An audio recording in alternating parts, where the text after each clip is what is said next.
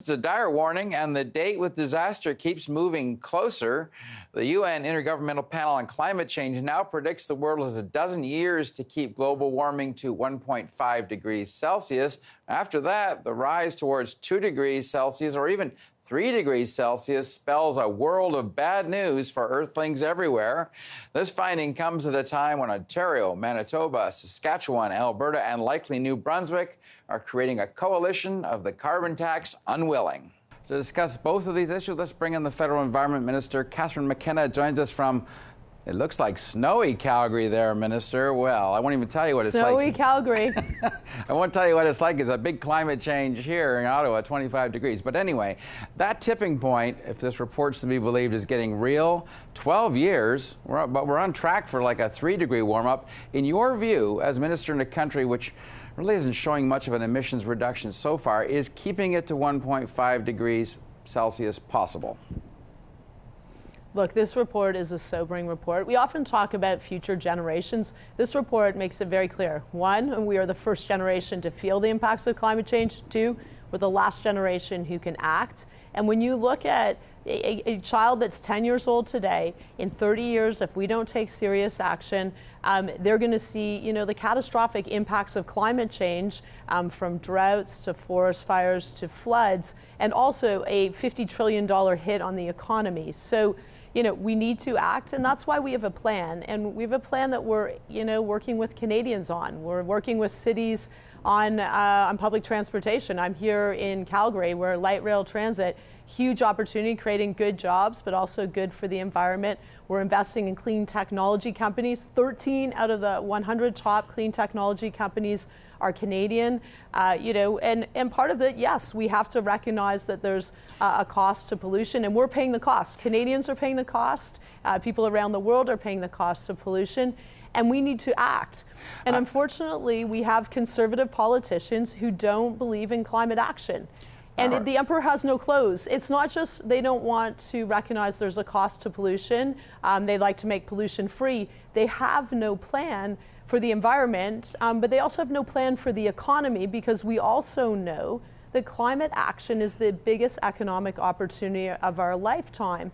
And so we need to be smart, and we need to move forward on climate action. We need to do it for our kids. We need to do it for our economy. And I will say, we've been able to reduce our emissions while creating 700,000 jobs with Canadians, lowest unemployment rate in our history, fastest growing economy in the G7. Right. We just approved, we just got an LNG project going ahead. So there's good news, but we need to be serious. But Minister, part of doing a legitimate and national fight on carbon is leadership, and you seem to be having problems. 4 provinces out, a 5th one pending, yet this report says you got to cut 45% of carbon emissions by 2030.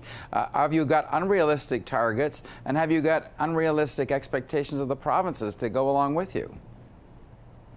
Well, sadly, we have conservative politicians that have no plan. And that's apparent now. We tried really hard to work with provinces because that's what Canadians expected. But we're now going to work with Canadian businesses, with Canadian cities, with schools, with hospitals, who all recognize the opportunity of reducing emissions. You can be more energy efficient, you can save money, but also want to do their part to tackle the biggest challenge we faced. And if conservative politicians don't want to do this, they don't want to take climate action, they want to make polluting free, then we're just going to keep on going. We have a plan, we were elected on it, and we can also grow our economy. So are you still planning, you're going to impose, collect, and rebate carbon taxes in these holdout provinces, correct? We have said if the provinces don't design a system that makes sense for them, they could do tax cuts with the revenues, they could give it back at rebate checks. We're going to step in, make big polluters pay, and give money back to the people of that province. Mm-hmm. Do you regret the way it's rolled out in Manitoba? I mean, it sounds like you made it my way or the highway, and it certainly backfires. The Premier was on side with pricing carbon, and now he's backfiring against that. We certainly didn't, we made it that provinces could design their own system. Manitoba had done that. And I don't know why he's joined the coalition of conservative politicians who don't want to act on climate change. It's really unfortunate. We have to be serious about climate action. That's what Canadians expect. But, you know, we just have to keep on working on. I just regret that Conservative politicians aren't serious about the future of kids today. And they're not serious about the economic opportunity. I hear you, Minister, but almost within sight of where you're sitting in the backdrop there was a convention center in Calgary where there were 1,500 people in there Friday night. On a Friday night in Calgary, to get 1,500 people out to watch Jason Kenney and Doug Ford go against the carbon tax is quite something. How do you turn that opposition mindset around? It's not just the Conservative politicians. Clearly the people are going along with them. I would say most Canadians support acting on climate change. They want to protect the environment. They want to protect nature that we love. I was just in Banff. I know Calgarians love Banff, and they love the snow that is in Banff too. And they also want to grow the economy and create jobs.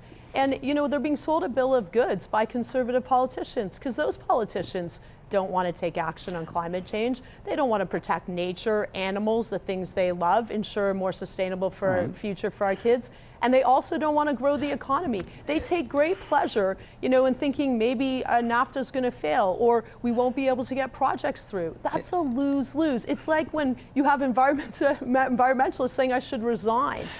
Canadians want to see us being serious, taking action on climate change in a thoughtful way, and also creating good jobs. That's reasonable, and that's what we're trying to do. But Minister, is it that you're going about it the wrong way? Is carbon pricing the thing that Canadians don't support, even though they support fighting against carbon pollution? I mean, is there a better way than trying to force feed a carbon tax on provinces that don't want it? So let's be clear, we're talking about Conservative politicians. That this is part of a broader plan. Our plan is and an NDP putting premier, price by the on way. pollution.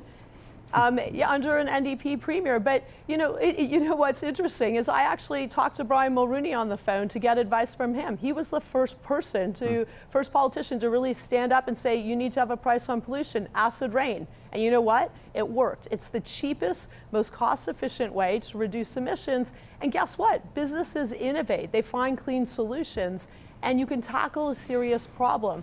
But we're going to continue working with Canadians. We're continuing to, you know, help Canadians save money through energy efficiency, support businesses with clean solutions. And those are businesses that are in the oil and gas sector, and also the big game-changing solutions we need. Hospitals who are being more energy efficient. And you know what they tell me? They want to reinvest their money in patients. Okay, I've got to leave it there. Minister, I appreciate you taking the time from snowy Calgary, and we'll talk to you again soon.